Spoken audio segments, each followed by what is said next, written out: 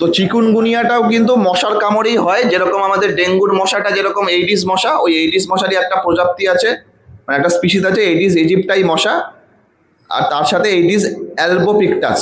ঠিক আছে, মানে চিকুনগুনিয়া কিন্তু ভাইরাসযুক্ত মশা। এখানে একজন ব্যক্তিকে কামড়ায়, ভাইরাসের শারীরিক সংস্পর্শ বা লালার মাধ্যমে একজন ব্যক্তি থেকে অন্য ব্যক্তিকে ছড়িয়ে পড়ে। এইবারে এই ভাইরাসের,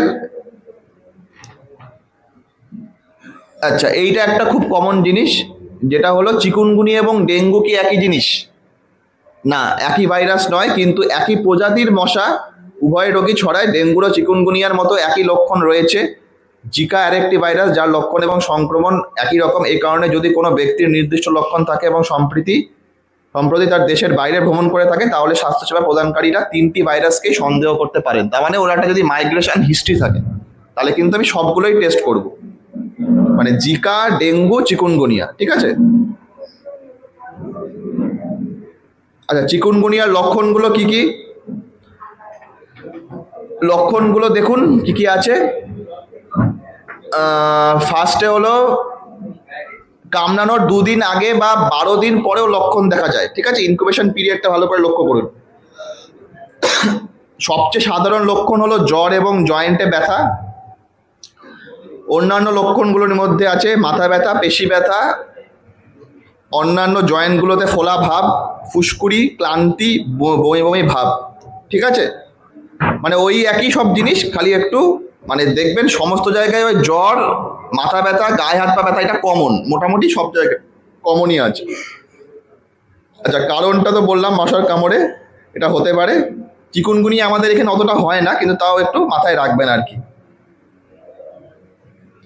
ভাইরাসে আক্রান্ত ব্যক্তি লালা বা হাঁচি বা কাশির মতো শারীরিক তরল পদার্থের মাধ্যমে অন্য ব্যক্তির মধ্যে একটি সংক্রমণ করতে পারে না। ভাইরাসটি কেবল সংক্রামিত মশার মাধ্যমেই ছড়িয়ে পড়ে। অসুস্থতার প্রথম সপ্তাহে একজন ব্যক্তির দ্বারা সংক্রামিত না হওয়ার মশার মাধ্যমে চিকুনগুনিয়া সংক্রমণের ঝুঁকি সবচেয়ে বেশি। আচ্ছা কাদের চিকুনগুনিয়া হওয়ার সম্ভাবনা বেশি? তাহলে বললাম যেটা কোনো দেশে ভ্রমণ করেন যেখানে বর্তমানে প্রাদুর্ভাব বা প্রচলিত সংক্রমণ রয়েছে, তাহলে আপনার ভাইরাসে আক্রান্ত হওয়ার সম্ভাবনা সবচেয়ে বেশি। তাহলে যেখানে যদি ওর মাইগ্রেশন হিস্ট্রি থাকে, তাহলে কিন্তু আপনার মানে চিকুনগুনিয়া কিন্তু ওয়েস্ট বেঙ্গলে না থাকলেও কিন্তু ইন্ডিয়ার অন্যান্য জায়গায় আছে, আর বাইরে তো আছেই।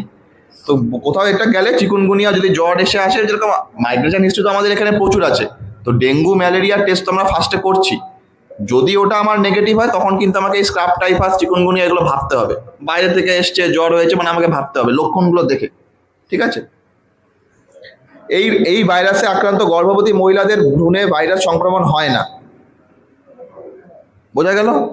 এমন কোনো প্রমাণ নেই যে মায়ের দুধের মাধ্যমে ভাইরাসটি শিশুর মধ্যে ছড়িয়ে পড়ে। তবে গর্ভবতী এবং তাদের নির্ধারিত সময়ের কাছাকাছি থাকা মহিলাদের এমন দেশগুলিতে ভ্রমণ করা এড়িয়ে চলা উচিত, যেখানে জানা গেছে যে এটি তাদের শিশুর মধ্যেও ছড়িয়ে পড়তে পারে। মানে ধরুন কোনো প্রেগনেন্ট মহিলা যদি এমন একটা জায়গায় আছে সেখানে চিকুনগুনিয়া খুব বেশি বেশি করে হয়, তাহলে কিন্তু ওর রিস্কটা থাকবে। ঠিক আছে, চিকুনগুনিয়া জটিলতা কি কি যেটা বললাম, ডায়াবেটিস, হাইপারটেনশন, কার্ডিওভাস্কুলার ডিজিজ, এগুলো তো সব জায়গায় কমন, কোমরবিডিটি, এগুলো জানতে হবে। আর কিভাবে নির্ণয় করা যায় যদি চিকুনগুনিয়া লক্ষণ থাকে এবং সম্প্রতি বিশ্বের এবং কোনো অঞ্চলে ভ্রমণ করে থাকেন, যেটা বললাম যে মাইগ্রেশন হিস্ট্রিটা কিন্তু ভালো করে নিতে হবে। আচ্ছা কেউ বলতে পারবে চিকুনগুনিয়ার কি ট্রিটমেন্ট দেওয়া হয়?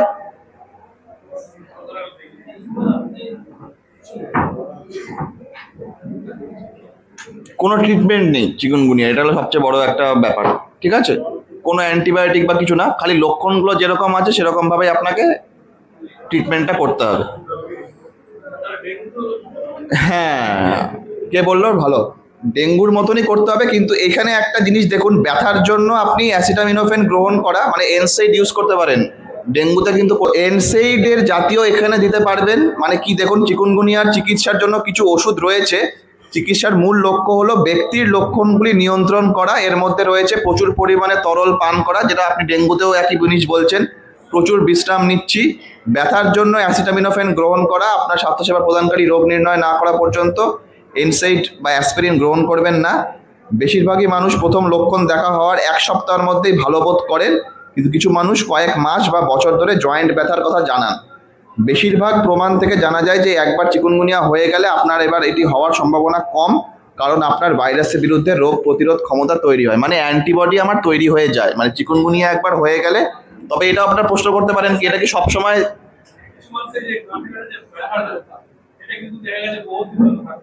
হ্যাঁ তো একটা চিকুনগুনিয়ার একটা আপনারা টেস্ট করলে চাইলে করতে পারেন। এবার জ্বর থাকতে হবে, লক্ষণগুলো থাকতে হবে, মাইগ্রেশন হিস্ট্রি থাকতে হবে, সেগুলো দেখতে হবে।